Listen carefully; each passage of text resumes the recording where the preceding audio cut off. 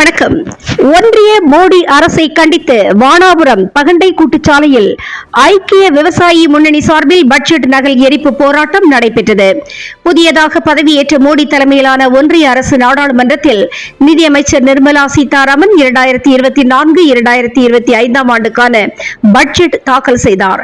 அதில் தமிழ்நாட்டிற்கு ஒரு பைசா கூட நிதி ஒதுக்கவில்லை. இதனை கண்டித்து எதிர்க்கட்சிகள் சார்பில் இந்தியா முழுவதும் பல்வேறு கண்டன ஆர்ப்பாட்டங்கள் போராட்டங்கள் மூலம் தங்களுடைய கண்டனத்தை பதிவு செய்து வருகின்றார்கள். அதன் ஒரு பகுதியாக ஐக்கிய விவசாய முன்னணி சார்பில் தமிழகம் முழுவதும் இன்று பட்ஜெட் நகல் எரிப்பு போராட்டம் நடைபெற்றது. இதில் கள்ளக்குறிச்சி மாவட்டம் சின்னசேலம், கச்சிராபாளையம், சங்கராபுரம், உளுந்தூர்பேட்டை, மூங்கில் துறைப்பட்டு, வானாபுரம், பகண்டை கூட்டுச்சாலை பகுதிகளில் பட்ஜெட் நகல் எரிப்பு போராட்டம் நடைபெற்றது.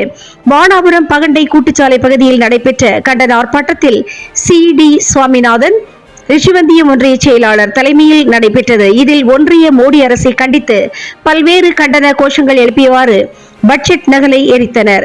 இதனை கவனித்த காவல்துறையினர் உடனடியாக தீயிட்டு எரித்த பட்ஜெட் நகலை பிடுங்கி தண்ணீர் ஊற்றி அணைத்தனர். தொடர்ந்து தங்களுடைய போராட்டத்தை நடத்தி முடித்தார்கள். இதில் MC ஆறுமுகம், மாவட்ட பொருளாளர் ஏ. சுப்பிரமணியன், மாவட்ட அமைப்பாளர் வை. பழனி, எஸ். தெய்வீகன், ஏ. கண்ணப்பன் மற்றும் கே. பாலமுருகன், ஏ. ஏழுமலை, வேலாயுதம், எஸ். பிரேம்குமார், ஏழுமலை நகர செயலாளர் CPM ஆகியோர்கள் கலந்து கொண்டார்கள். பாதுகாப்பு பணியில் காவல்துறையினர் ஈடுபட்டார்கள். செய்திகளை உடனுக்குடன் தெரிந்து கொள்ள தினமுகம் எக்ஸ்பிரஸ் செய்திகளை பாருங்கள்.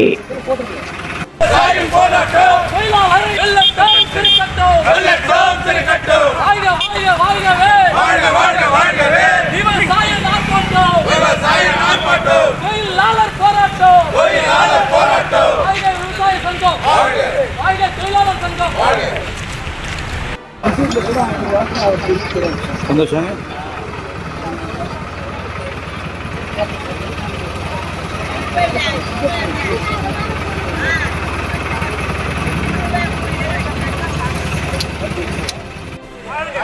மேற்பட்ட ஐக்கிய விவசாய சங்கம் இன்னைக்கு நாடு முழுவதும் நகல் எரிப்பு போராட்டம் என்பது இந்திய நாடு முழுவதும் நடந்து கொண்டிருக்கிறது.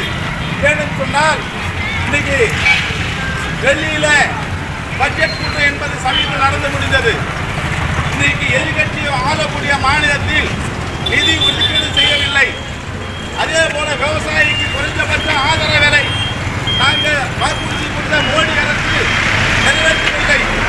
எனவேதான் இந்த கோரிக்கை பல்வேறு அம்சங்களை வைத்து இன்னைக்கு நாடு முழுவதும் இந்த பட்ஜெட் நகல் வெற்று நகல் என்று சொல்லி நகலை பிரிக்கும் போராட்டம் என்பது நாடு முழுவதும் நடத்தி கொண்டிருக்கிறோம்.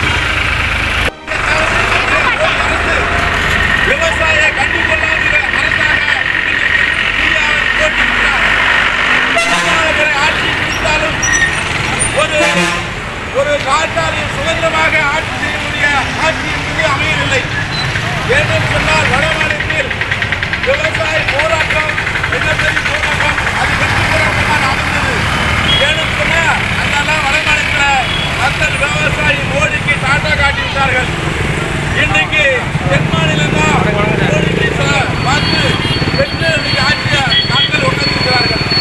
எனவே இன்றைக்கு ஐக்கிய விவசாய முன்னணி சார்பில் நாடு முழுவதும் ஃபேக்டரி பேரணி அடுத்த கட்டம் டெல்லி நோக்கி செல்வதற்காக இந்த அடுத்த கட்ட இந்த முதல் கோரிக்கை போராட்டம் என்பது தமிழகம் முழுவதும் நடத்தி கொண்டிருக்கிறோம். விவசாயிகளை போராடாமல் விவசாய வாழ்வாதாரத்தை பாதுகாக்க முடியாது. ஒரு ஆண்டு காலமாக டெல்லியில போராடினால் வேளாண் சட்டத்தை வாபஸ் பண்ணோம், குறைந்தபட்ச ஆதரவு விலை அறிவிக்கும் என்று சொல்லி இன்றைக்கு அடுத்த கட்ட நோக்கி நம்ம பயணிக்க இருக்கிறோம். விவசாயிகளும் அனைத்து கட்சி நண்பர்களும் விவசாயிக்கு ஆதரவு கொடுக்குமாறு பணிவுடன் கேட்டுக்கொண்டு என் உரையை முடித்துக் கொள்கிறேன்.